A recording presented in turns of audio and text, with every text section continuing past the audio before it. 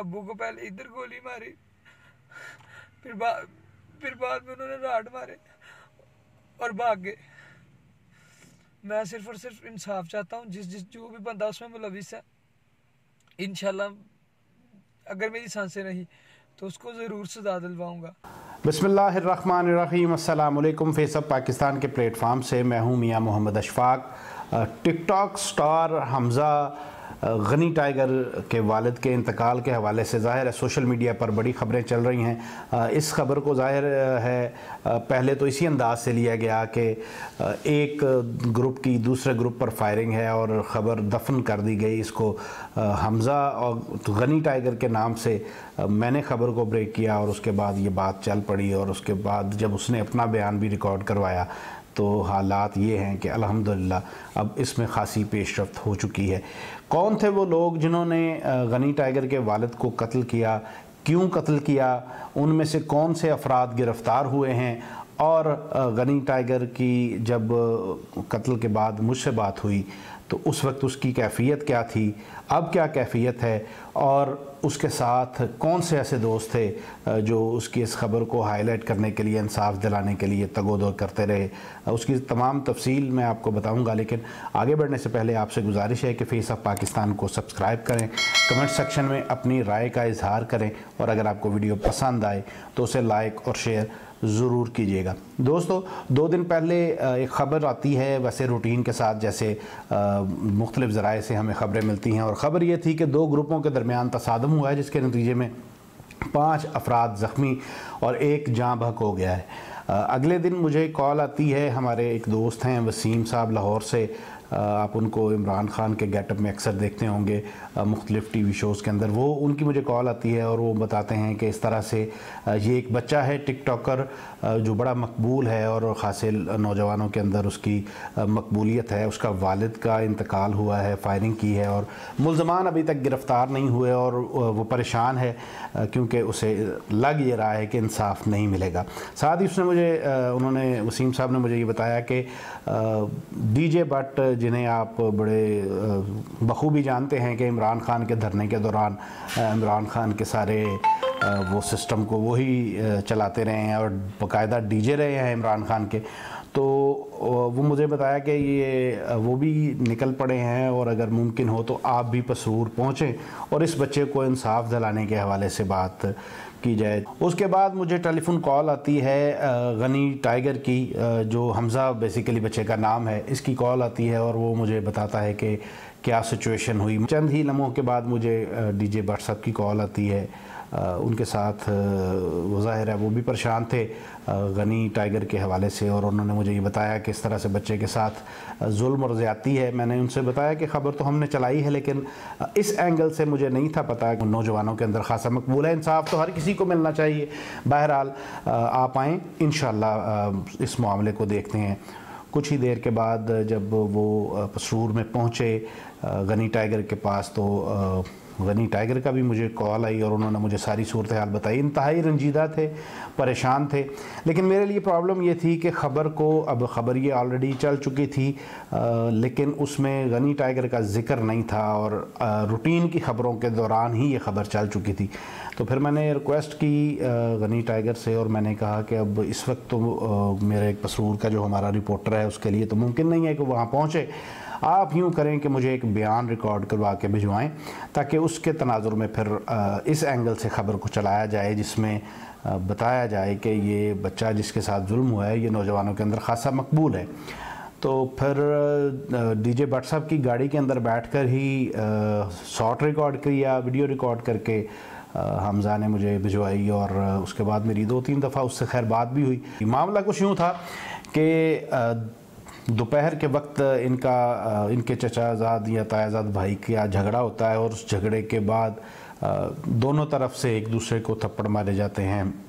वही रूटीन के झगड़े जैसे हमारे जो इस इलाक़े के अंदर होता है, एक दूसरे के ख़िलाफ़ लोग बात भी करते हैं, फिर थप्पड़ भी मारते हैं, घूंसे भी मारते हैं। इस तरह से छोटी मोटी लड़ाई हुई। लड़ाई होने के बाद मामला रफा दफ़ा हो गया। लेकिन होता ये है कि रात को 10 बजे के करीब उस नौजवान, उस बच्चे के कुछ अजीज़ और दोस्त जो अपने आप को ज़ाहिर ये कर रहे थे कि वो किसी कॉलेज की तलबा तंजीम का हिस्सा हैं, वो सारे एक पूरा गौल बनकर इसके घर पर धावा बोलते हैं और पहले तो इनके भाइयों को, कज़नों को और इसके दोस्तों को ख़ुद मारते हैं। उसी दौरान फायरिंग होती है। फायरिंग के दौरान हमज़ा का जो गनी टाइगर है, इसका भाई ज़ख्मी होता है, जिसे बचाने के लिए इसके वालिद आते हैं। वालिद आने के बाद जो ही वो करीब पहुंचते हैं तो पहले हमज़ा मुझे ये बता रहा था कि पहले उसके सर पर कोई चीज़ मारी गई, फिर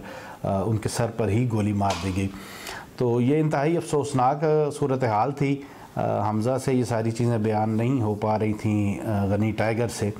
मैं इसलिए वजाहत कर रहा हूँ कि चंद लोगों को पता है कि उसका पूरा नाम हमज़ा गनी है, लेकिन बहरहाल गनी टाइगर के नाम से ही आप दोस्तों सारे उनको जानते हैं। तो वो इंतहाई तकलीफ़ दह सूरत हाल थी। सुबह फजर की नमाज के वक्त मुझे मैं चूँकि ये चाह ही रहा था कि ये ख़बर ज़ाहिर है इस नुक्ता नज़र से, इस एंगल से भी हाईलाइट होनी चाहिए कि इसमें एक पॉपुलर नौजवान जो पब्लिक का खासा पब्लिक में मकबूल बच्चा है, उसका वालिद कत्ल हुआ है, ताकि इस एंगल से इसकी ख़बर चले और वो लोगों तक ये बात पहुँचे। फिर रिक्वेस्ट की मैंने हमज़ा से, मैंने कहा कि हमज़ा गनी आप ये तकलीफ़ करो और मुझे ये वीडियो रिकॉर्ड करके भेजो, बयान रिकॉर्ड करके भेजो, ताकि उसके तनाजुर में फिर ये ख़बर चलाई जाए। तो डीजे भट्ट साहब ने ही अपनी गाड़ी में बिठाकर उसकी वीडियो रिकॉर्ड की। वो वीडियो मैं आपको शेयर करता हूँ। पहले आप ज़रा ये वीडियो देखें, फिर अगली बात करते हैं। परसों रात को हमारे दो मोहल्ले के दो बच्चे आपस में लड़ रहे थे। एक बच्चे ने उस तंजीम के लड़के को कॉल करके बुलाया। वो लड़का आया साथ में अपने लड़के लेके और उसने गालियाँ देनी शुरू कर दी। मेरे ताया जान नमाज़ पढ़ रहे थे, वो नमाज कंप्लीट करके बाहर आए। उन्होंने उसको मना किया कि आप मोहल्ले में गालियाँ ना दो। उसने उनके साथ बदतमीज़ी शुरू कर दी। बदतमीज़ी के बाद जो उनसे कहीं मेरे कज़न्स के साथ पहले भी उसकी लड़ाई थी, वो मेरे छोटे कज़न्स के साथ, तो वो आपस में लड़ने लग गए। तो उसको 2-3 मेरे कज़नों ने मारी, 2-3 उसने मारी। बात वहीं पे ख़त्म हो गई। लेकिन उसी 2 घंटे बाद जब तकरीबन रात को 10 बजे वो और उसके तमाम दोस्त जितने भी थे, ATA तंजीम का नाम ले रहे थे, वो असले लेके हमारे घर के बाहर आ गए चौक में। ATA मतलब तंजीम है, अंजुमन तलबा इस्लाम। उन्होंने आके मेरे अब्बू पे वार किया। सबसे पहले वो मेरे कज़न को मार रहे थे, जिसको बचाने के लिए मैं गया, और साथ ही एक मेरा दोस्त था जिसकी इधर टांग के ऊपर फायर लगा हुआ था और वो उधर पड़ा हुआ था। मैं जब उसकी तरफ गया तो एक लड़के ने पकड़ के मुझे उधर को खींच दिया। मैं अपने अब्बू को कहता रहा अपना बाहर आना, लेकिन जब मेरा भाई बाहर आया तो उन्होंने मेरे भाई के ऊपर फायर किया और मेरे भाई की टांग पे लग गया।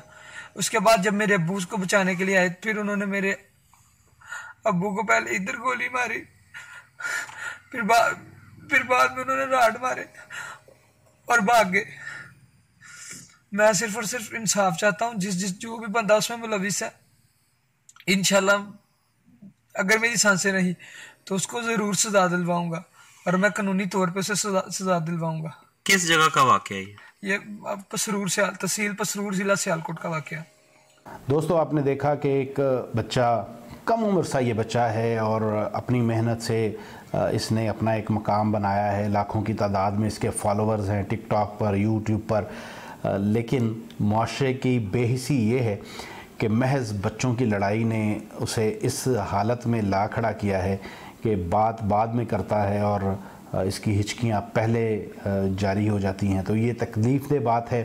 आज उसमें केस में खासी पेशरफ्त हुई है और पेशरफ्त ये है कि अभी थोड़ी देर पहले मुझे सियालकोट पुलिस के आला हुकाम से मेरी बात हो रही थी, तो 3 अफराद इसके गिरफ़्तार हो चुके हैं और आज रात बाकी के अफराद को भी गिरफ़्तार कर लिया जाएगा। तो बहरहाल मुल्ज़मान गिरफ़्तार हो चुके हैं। मरकज़ी 3 मुल्ज़मान गिरफ़्तार हो चुके हैं, एक ऑलरेडी पहले से गिरफ़्तार था। तो अब हमज़ा के साथ मेरी चंद लम्हे पहले बात हुई है और वो ज़ाहिर कुछ लोग उसके पास अफसोस के लिए आए हुए थे।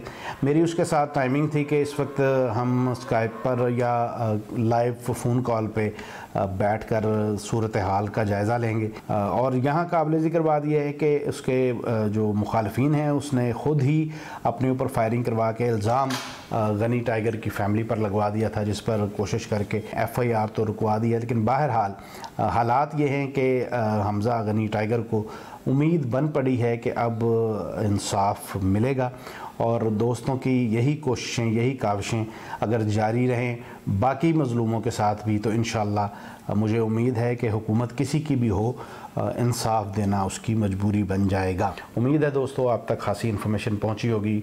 अल्लाह ने चाहा तो हमज़ा गनी के साथ मैं आपको लाइव भी लूँगा और उनके साथ बातचीत के और बिलखसूस उसके जो हालात हैं, किन किन मराहल से वो गुज़र रहा है, उसकी तफसील भी आपको बताएंगे। अभी उसकी हालत, मेरी थोड़ी देर पहले जब उससे बात हो रही थी तो वो इश्कियाँ ले रहा था, बात उससे हो नहीं पाती। अल्लाह ने चाहा तो इंशाअल्लाह आपकी मुलाकात भी करवाएंगे। आप क्या समझते हैं, क्या गनी टाइगर को इंसाफ मिल सकेगा या नहीं, इसको कमेंट सेक्शन में ज़रूर बताइएगा। अब तक के लिए इतना ही।